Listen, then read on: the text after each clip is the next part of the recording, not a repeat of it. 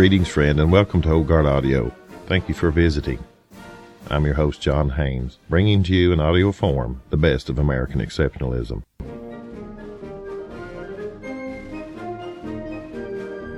The chair recognizes the gentleman from South Carolina, Mr. Gowdy, for 5 minutes. Thank you, Judge Poe. There are a lot of issues that I would like to ask you about, Mr. Deputy Attorney General. We had a terrorist incident in New York this week. We have 702 reauthorization that is pending in Congress, gun violence, the opioid epidemic, criminal justice reform. But when I go home to South Carolina this weekend, trust me when I tell you, no one is going to ask me about any of those issues. They're going to ask me, what in the hell is going on with the Department of Justice and the FBI? The reason we have special counsel, this is a very important point, and you know it. The reason we have special counsel is because of a conflict of interest. The regulation itself specifically makes reference to a conflict of interest. And we don't like conflicts of interest because it undercuts people's confidence in both the process and the result. So let's be really clear why we have special counsel. There was either a real or perceived conflict of interest that we were fearful would either impact the result or people's confidence in the process. That's why we have something called special counsel, and that's why we have special counsel in this fact pattern. And then lo and behold, those who are supposed to make sure there are no conflicts of interest seem to have a few of their own. There's a senior prosecutor who sent obsequious emails to a fact witness. She can be described as nothing other than a fact witness. She's a really important fact witness if you pursue the line of inquiry that my Democrat friends want to pursue. They got off of collusion and now they're on obstruction of justice. She may be the most important fact witness in an obstruction of justice case. And the senior prosecutor for this conflict of interest-free special counsel sent a fawning, obsequious email to a fact witness. And then we have prosecutors assigned to conduct this investigation who donated almost exclusively to one candidate over another. And then we have a prosecutor assigned to this conflict of interest-free team that attended what was supposed to be, what he'd hoped to be, a victory party for Secretary Clinton. And we have a senior DOJ official, Mr. Deputy Attorney General, with an office that used to be 2 doors down from yours, meeting with Fusion GPS. And Fusion GPS, of course, was paying for Russian dirt on the very person that they're supposed to be objectively investigating. And then that same senior DOJ official's wife, the one that met with Fusion GPS, his wife was on the payroll of Fusion GPS. And then we have a senior agent assigned to investigate Secretary Clinton's email, help draft the exoneration letter where we changed the language from grossly negligent to extremely careless, interviewed Secretary Clinton in an interview I've never seen, and I doubt you have either in your career as a prosecutor, interviewed Michael Flynn, was actively involved in the investigation into the Trump campaign before the Inspector General found his text. So this agent in the middle of almost everything related to Secretary Clinton and President Trump sent pro-Clinton texts, anti-Trump texts to his paramour in response to being told maybe he is where he is to protect the country from that menace, Donald Trump. He said, I can protect our country at many levels. And then he said Hillary Clinton should win 100 million to nothing. Now think about that, Mr. Deputy Attorney General. That's a pretty overwhelming victory.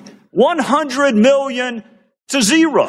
And when I read that last night, what I thought was this conflict of interest free senior agent of the FBI can't think of a single solitary American who would vote for Donald Trump.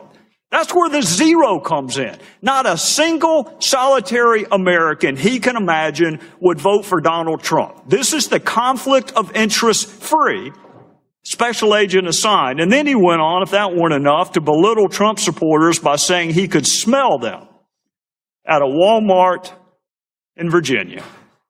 This is the person we needed to avoid a conflict of interest. And then he said this: they fully deserve to go and demonstrate the absolute bigoted nonsense of Trump. But he wasn't content to just disparage Donald Trump. He had to disparage Donald Trump's family.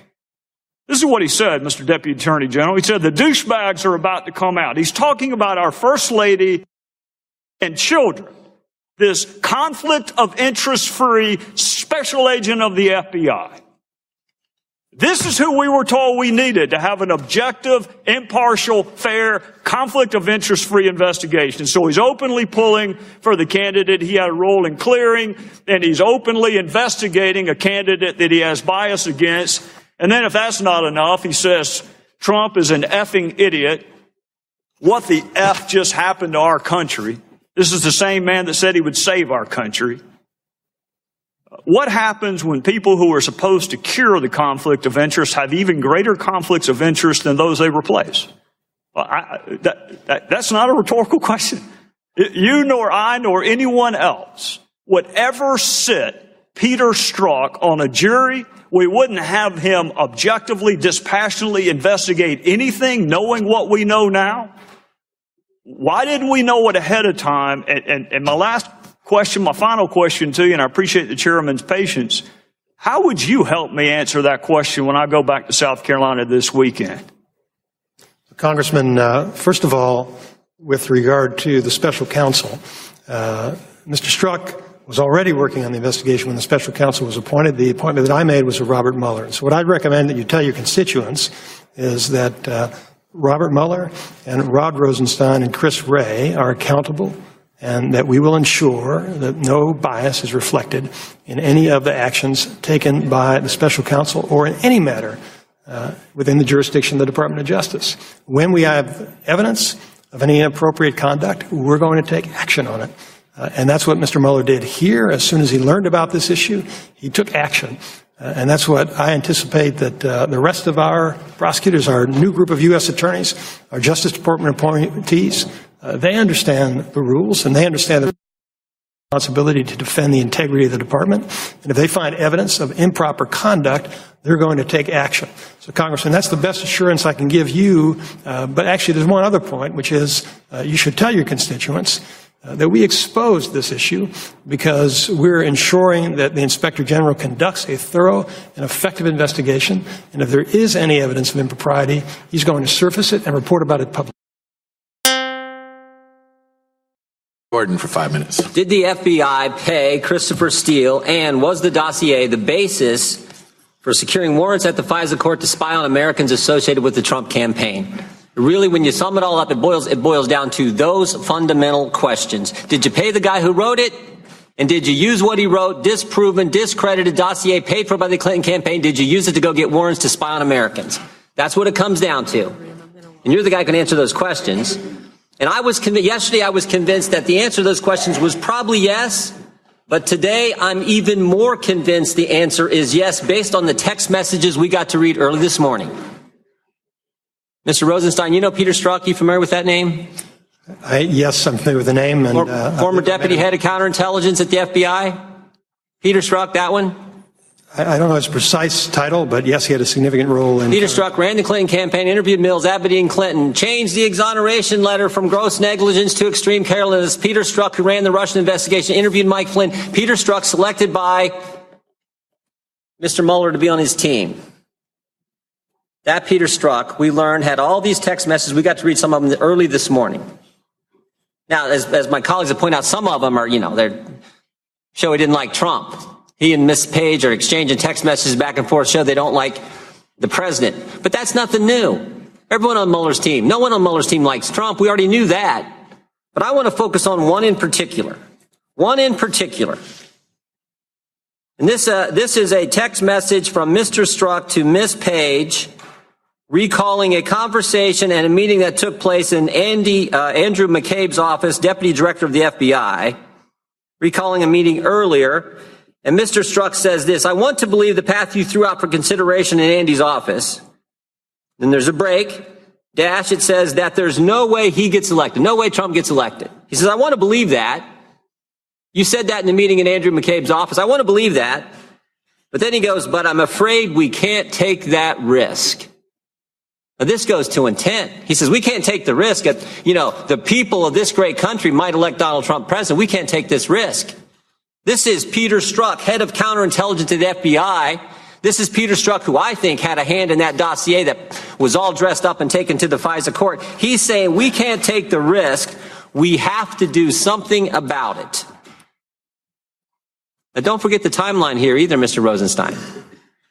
Peter Strzok, January 10th, he's the guy who changes the exoneration letter from gross negligence, criminal standard, to extreme carelessness. July 2nd, he's the guy who sets in on the Clinton interview. July 5th, 2016, that's when Comey has the press conference and says, we're not going to prosecute. Clinton's okay, we're not going to prosecute. And then August 2016, we have this text message. The same month that the Russian investigation is opened at the FBI, August 2016. And my guess is that's the same month that the application was taken to the FISA court to get the warrants to spy on Americans. Using this dossier that the Clinton campaign paid for, Democrats paid for, fake news, all dressed up, taken to the court. So I got really just a couple basic questions. Because it seems to me if the answer to any of those two questions, if the answer is yes, if you guys paid Christopher Steele at the same time the Democrats in the Clinton campaign were paying, or if you took the dossier, dressed it all up, took it to the FISA court, and used that as the basis to get warrants, and now we have intent in this text message saying that there's another text message. My colleague referenced it earlier, where Mr. Strzok says, I can protect our country at many levels. Says it with all the humility he could muster. I can protect our country at many levels. This guy thought he was Super Agent James Bond at the FBI. This is obvious. I'm afraid we can't take that risk. There's no way we can let the American people make Donald Trump the next president. I got to protect our country. This is unbelievable. And I'm here to tell you, Mr. Rosenstein, I think the public trust in this whole thing is gone. So it seems to me you got two things you can do. You're the guy in charge. You're the guy who picked Mueller. You're the guy who wrote the memo saying why he needed to fire Comey. You're the guy in charge. You could disband the Mueller special prosecutor, and you can do what we've all called for. Appoint a second special counsel to look into this, to look into Peter Strzok, Bruce Orr, everything else we've learned in the last several weeks. Yes, Congressman, and I can assure you that I consider it very important to make sure the thorough review is done, and our Inspector General is doing a thorough review. That's how we found those text messages as part of that review. You've given that answer like 15 times. Let me ask you this. Are you concerned? I mean, this is what a lot of Americans are believing right now, and I certainly do, that the Comey FBI and the Obama Justice Department worked with one campaign to go after the other campaign. That's what everything points to. Think about what we've learned in the last several weeks. We first learned they paid for the dossier. Then we learned about Peter Strzok. And last week we learned about Bruce Orr and his wife, Nellie. I mean, this is unbelievable. So what's it going to take to get a second special counsel to answer these questions and find out, was Peter Strzok really up to what I think he was? I think it's important to understand, Congressman, we have an Inspector General who has 500 employees and a $100 million budget. And this is what he does. He investigates allegations of misconduct involving department employees. That review that he is conducting is what turned up those text messages. It will also involve interviews of those persons and of other witnesses. And we're looking forward to his report, and we've met with Mr. Horowitz, and we're anxiously awaiting that report. But that doesn't dismiss the fact that the country thinks we need a second special counsel. 20 members of this committee, the Judiciary Committee with primary jurisdiction over the Justice Department, thinks we need a second special counsel. All kinds of senators think we need a special counsel. What fact pattern do you have to have? What kind of text message do you have to see before you say it's time for a second special counsel? I want to assure you, Congressman, as I think the Attorney General explained, we take very seriously the concerns of 20 members of this committee or one member of this committee, but we have a responsibility to make an independent determination, and we will.